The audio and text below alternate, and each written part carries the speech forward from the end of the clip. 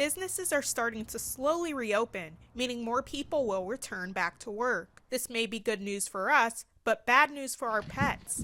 Between people working from home, being out of work, and the stay-at-home order, our pets are seeing a lot of us. When it's time to go back to a normal schedule of leaving our homes every day, our pets can go through a phase of separation anxiety. Separation anxiety it's like a PTSD, like an actual condition. So it's more than just your dog missing you. It's your dog or cat going crazy because it can't find you. They are getting an awful lot of time with us, which is absolutely wonderful. But they might not quite understand when it's time for us to go back to what we would call normal. When pets start to experience this separation, they may exhibit some different kinds of behaviors. You can see things as mild as just like a whimpering, whining, crying to self-mutilation. I've seen dogs that will literally come in with bloody paws because they've chewed at themselves and they're just trying to do something to relieve that anxiety. We see a lot of destruction, a lot of dogs destroying, your furniture. I've had dogs rip siding off of houses. You might just notice different things about their personality where they're just a little bit more anxious or hyper, not because they're like ready to go and play, but because they're experiencing some of these changes in routine. You'll see behaviors not just with dogs. Cats go through it too. You might notice like urination outside of the litter pan or defecation outside of the litter pan. You might notice, if they have, because we don't declaw our cats here at the Humane Society.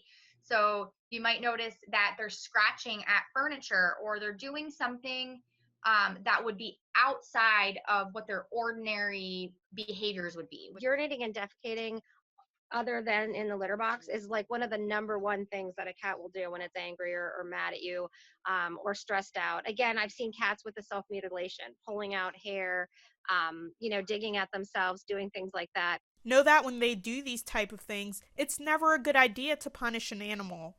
We've got to be the smart ones. And yeah, to reprimand a dog for something that it doesn't even understand why it's doing that. The dog's not doing it to make you angry. I mean, they just are so in turmoil, looking for you, stressing out. Where did you go? What's going on? Anything that you can do to reinforce and help them feel, like literally feel that love that you have for them is going to make for a much more positive situation than to scare them. Because you have to remember this anxiousness is not coming because they're happy and excited. It's coming because they're confused and unsure of what's happening now. Instead, you can start now to help them cope.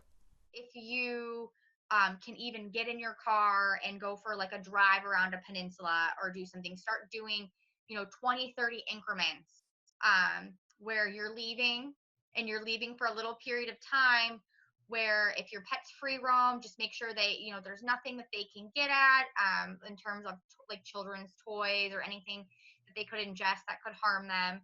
If they're in a kennel, make sure their kennel's like their safe place. And I've had people reach out to me that will say, my dog tears apart the crate, or I come home and his paws are bloody and his mouth are bloody because he's pulling on. So maybe instead of a wire crate, you need a plastic crate or vice versa.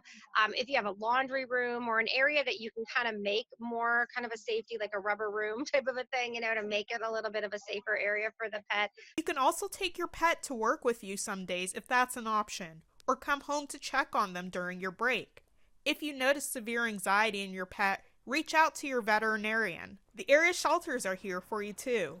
Please reach out to us because we can do some virtual Zoom chats with you on some recommendations and kind of some one-on-one assistance in helping people or families get a good setup and a good routine started when we start going back to work. We're always willing to help. If you give us a call or send us an email, we can give you some suggestions and try it. Obviously, one of my number one goals is to keep an animal in a home where it's loved. Remember, our companions have feelings. When something is out of the ordinary, they will react.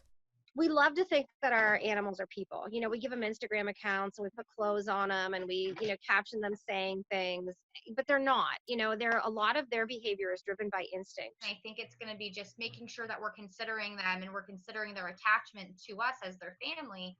So we're going to want to ease them into this as softly as possible. Odessa Meredith, YourErie.com.